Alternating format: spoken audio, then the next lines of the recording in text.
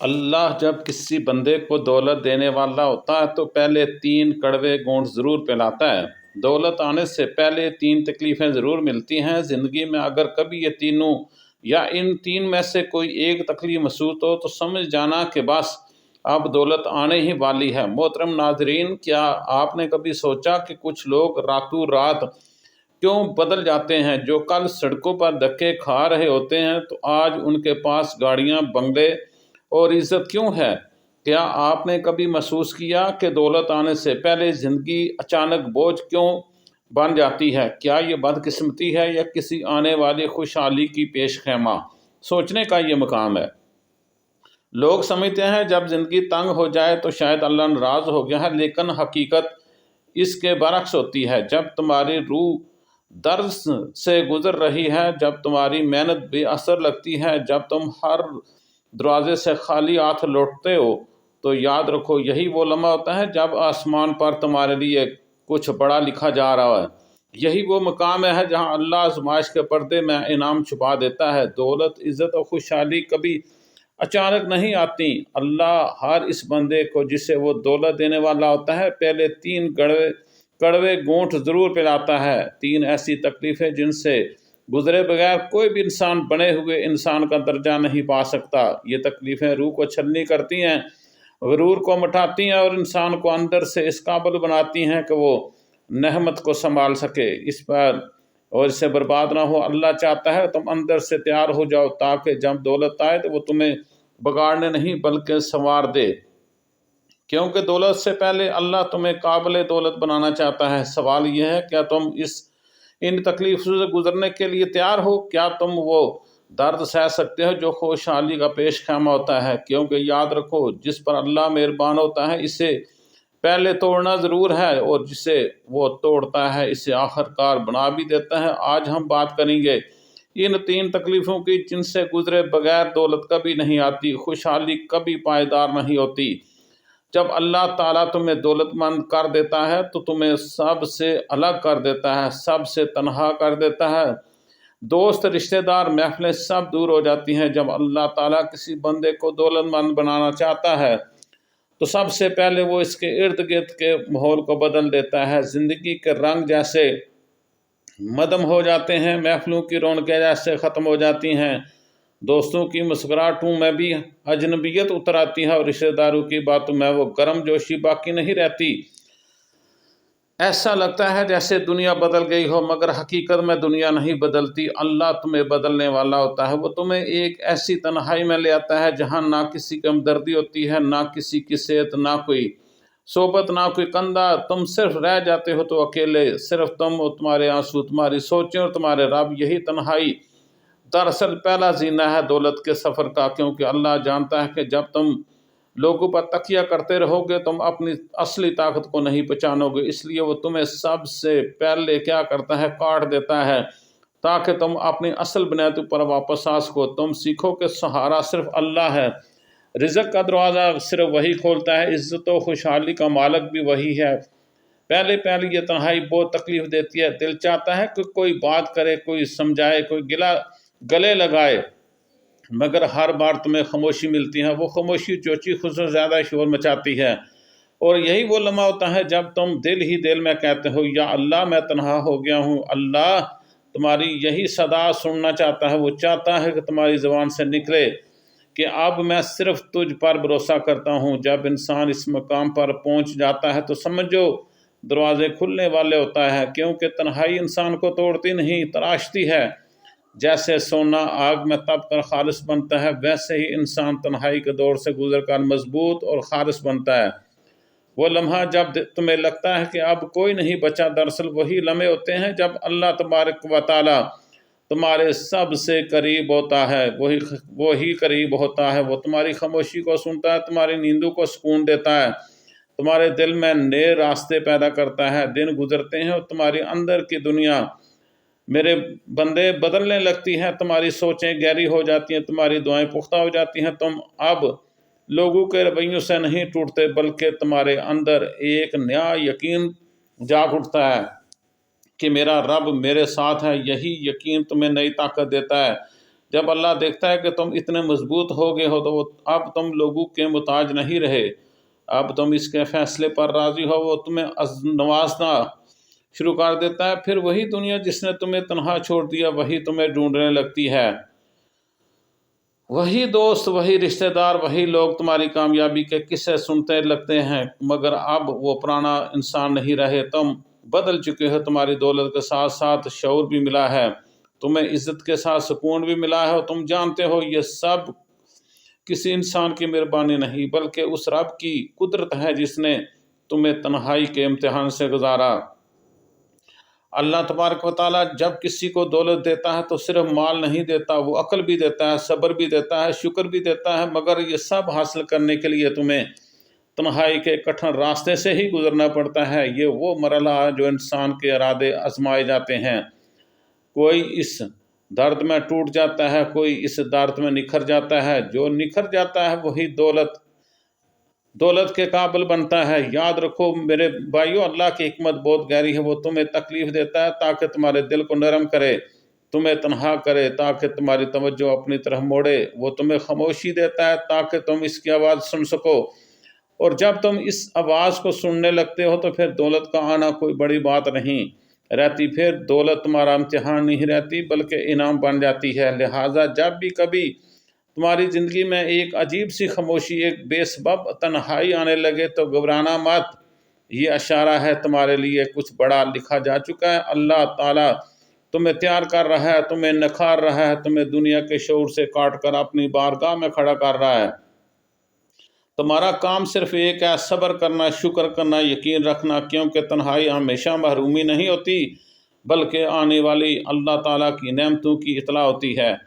اور جب وہ لمحہ آتا ہے کہ دولت، عزت، سکون اور خوشحالی سب تمہاری دہلیز پر اترتے ہیں تو تم اپنے رب کے سامنے سجدہ ریز ہو کر یہی کہتے ہو، اے میرے اللہ، اے میرے اللہ، اگر تو نے مجھے اس تنہائی سے نہ گزارا ہوتا تو کبھی یہ جان ہی نہ پاتا کہ اصل سکون، اصل دولت اور اصل تعلق صرف تیرے ساتھ ہی ہے۔ اے میرے مولا، مولانا رومی اس لحاظ سے فرماتے ہیں کہ صبر وہ دروازہ ہے جہاں سے اللہ کی رحمت داخل ہوتی ہے، اور یہ وہ دروازہ ہے جس پر کھڑے ہو کر انسان کو اپنی ساری توانائیاں، امیدیں، خواب اور خواہشیں آزمائش کی بھٹی میں ڈالنی پڑتی ہیں۔ مولانا رومی مزید فرماتے ہیں کہ صبر وہ دروازہ ہے جہاں سے اللہ کی رحمت داخل ہوتی ہے، مگر یہ دروازہ آسانی سے نہیں کھلتا، اس کے آگے کئی طوفان کھڑے ہوتے ہیں میرے بھائیوں، کئی اندھیرے چھائے ہوئے ہوتے ہیں، کئی آنسو بہانے پڑتے ہیں۔ جب اللہ تبارک و تعالیٰ تمہیں نوازنے والا ہوتا ہے تو وہ تمہارے صبر کا امتحان لیتا ہے، کبھی دیر کے ذریعے، کبھی محرومی کے ذریعے، کبھی تمہاری قربت کی چیز کو تم سے چھین کر، کبھی دعا کرتے ہو، محنت کرتے ہو، سب کچھ گزرتے ہو مگر دروازے بند رہتے ہیں۔ یہی وہ وقت ہوتا ہے جب تمہارے اندر دو آوازیں جنم لیتی ہیں، ایک کہتی ہے چھوڑ دو، کچھ نہیں ہونے والا، دوسری کہتی ہے رکو، اللہ دیکھ رہا ہے۔ اور جو انسان دوسری آواز کو مان لیتا ہے وہی اصل کامیاب ہوتا ہے۔ میرے بھائیو، صبر کا مطلب صرف خاموش رہنا نہیں بلکہ دل میں بغاوت نہ آنے دینا ہے۔ صبر کا مطلب یہ ہے کہ دل میں درد کی بھی ہو، آنکھوں میں آنسو بھی ہوں، مگر زبان سے اللہ پر شک کا ایک لفظ نہ نکلے۔ یہ وہ کیفیت ہے جہاں اللہ اپنے بندے کے ایمان کو تولتا ہے، وہ دیکھتا ہے کہ بندہ نعمت پر شکر کرتا ہے یا زحمت پر بھی یقین رکھتا ہے۔ صبر کی آزمائش میں وقت بہت سست چلتا ہے، لمحے جیسے پہاڑ بن جاتے ہیں، ہر دعا کا جواب جیسے تاخیر میں لپٹا ہوا ہوتا ہے، مگر یاد رکھو اللہ دیر ضرور کرتا ہے، اندھیرا نہیں۔ جب وہ دیتا ہے تو دیر کا بھی بدل دیتا ہے، وہ تمہیں وہ چیز دیتا ہے جو تم نے مانگی بھی نہیں ہوتی مگر تمہارے لیے بہتر ہوتی ہے۔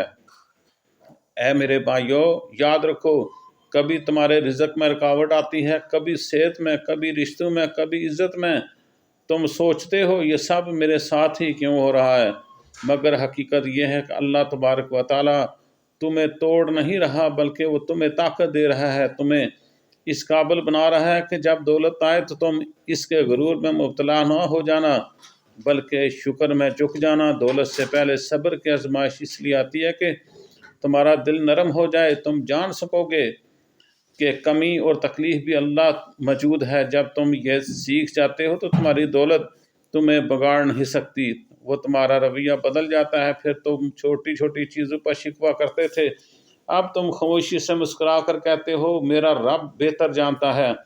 یہ جملہ تمہارے ایمان کی کامل ہونے کی علامت بن جاتا ہے، اور یہی ایمان تمہارے رزق کے دروازے کھولتا ہے۔ صبر کا سفر لمبا ضرور ہوتا ہے، یہ تمہیں تراشتا ہے، تمہارے اندر سے غرور، خود غرضی، شکایت اور بے صبری کو نکالتا ہے، اور جب وہ دیکھتا ہے کہ اب تم خالص ہو گئے ہو، اب تم میں شکر اور برداشت آ گیا، تو پھر وہ تمہیں ایسی جگہ سے نوازتا ہے جہاں تم نے کبھی سوچا بھی نہیں ہوتا۔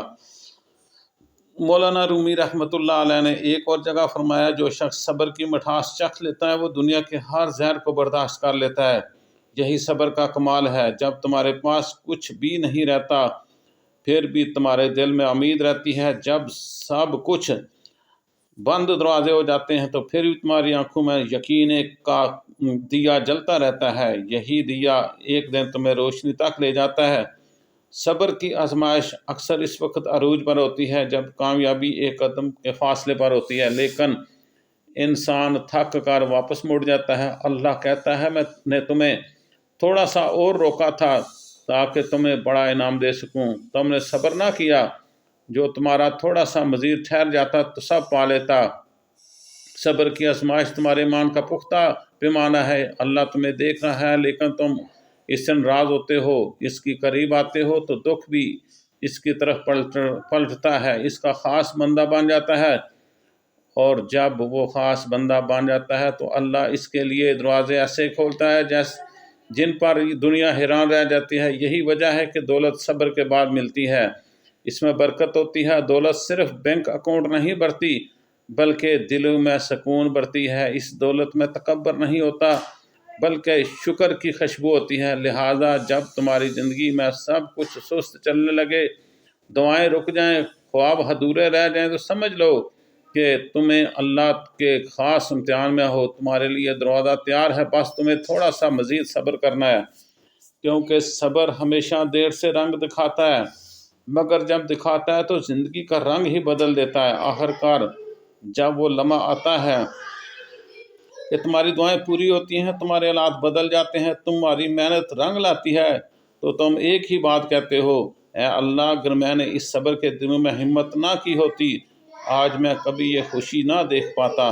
دولت آنے سے پہلے اللہ تمہیں صبر سکھاتا ہے تاکہ تم اس دولت کے شکر گزار بن سکو۔ وہ تمہیں روک کر دراصل تمہیں تیار کر رہا ہوتا ہے، اور جب تم تیار ہو جاتے ہو تو وہ اپنی رحمت کے دروازے تمہارے لیے کھول دیتا ہے۔ بالکل ویسے ہی مولانا رومی نے فرمایا، صبر وہ دروازہ ہے جہاں سے اللہ کی رحمت داخل ہوتی ہے۔ ناکامی دراصل انجام نہیں بلکہ آغاز ہے۔ یہ وہ استاد ہے جو انسان کو سکھا دیتا ہے کامیابی کی قدر کرنی کیسے ہے۔ یہ وہ مرحلہ ہے جو انسان کو توڑ کر دوبارہ بناتا ہے، اسے زمین پر گرا کر مضبوطی سے دوبارہ اسے کھڑا ہونا سکھاتا ہے۔ اکثر لوگ میرے بھائیوں سمجھتے ہیں کہ ناکامی انجام ہے، مگر حقیقت یہ ہے کہ ناکامی اختتام نہیں، آغاز ہے ایک نئے سفر کا، ایک نئے زاویے کا، ایک نئے میں اللہ کا۔ جب کسی کو نوازنا چاہتا ہے تو پہلے اس کی بنیاد مضبوط کرتا ہے۔ بنیاد کبھی آسانی میں نہیں بنتی، وہ انسان کو میدان میں اتارتا ہے، ہارنے دیتا ہے، رلاتا ہے، ٹھوکر لگاتا ہے، تاکہ جب وہ کامیابی آئے تو وہ غرور کے بوجھ سے زمین پر نہ گرے بلکہ شکر کے سجدے میں جھک جائے۔ ناکامی وہ استاد ہے جو وہ سبق پڑھاتا ہے جو کامیابی کبھی نہیں سکھا سکی۔ یہ تمہیں بتاتی ہے کہ کسی پر بھروسہ کرنا، کسی سے فاصلہ رکھنا اور اپنی کمزوریوں کو کیسے طاقت بنانا ہے۔ جب یہ سب راستے بند ہوتے ہیں تب ایک اندرونی راستہ کھلتا ہے، وہ راستہ جو تمہیں خود اس تک لے جاتا ہے۔ میرے بھائیوں، ہر ناکامی تمہارے اندر ایک نیا شعور پیدا کرتی ہے۔ جب تم گرتے ہو تو تمہیں اپنی صلاحیتوں کا اندازہ کرتے ہو، تمہیں پتہ چلتا ہے کہ تم میں سے برداشت کتنی ہے، تمہارے اندر کتنا یقین ہے اس رب کے لیے، تمہارے دل میں ایمان کی جڑ کتنی مضبوط اور گہری ہے، اور یہی وہ لمحہ ہوتا ہے جب اللہ تمہیں خود تم سے متعارف کرواتا ہے۔ اکثر لوگ پہلی ناکامی پر ہمت ہار دیتے ہیں، وہ سمجھتے ہیں کہ شاید یہ ان کی قسمت میں نہیں لکھا، مگر اصل بات یہ ہے کہ اللہ جب بڑی کامیابی لکھتا ہے تو پہلی چھوٹی چھوٹی ناکامیوں کے ذریعے تمہیں بڑا بناتا ہے۔ وہ تمہارے صبر، تمہاری نیت، تمہارے جنون کو پرکھتا ہے، وہ دیکھتا ہے کہ تم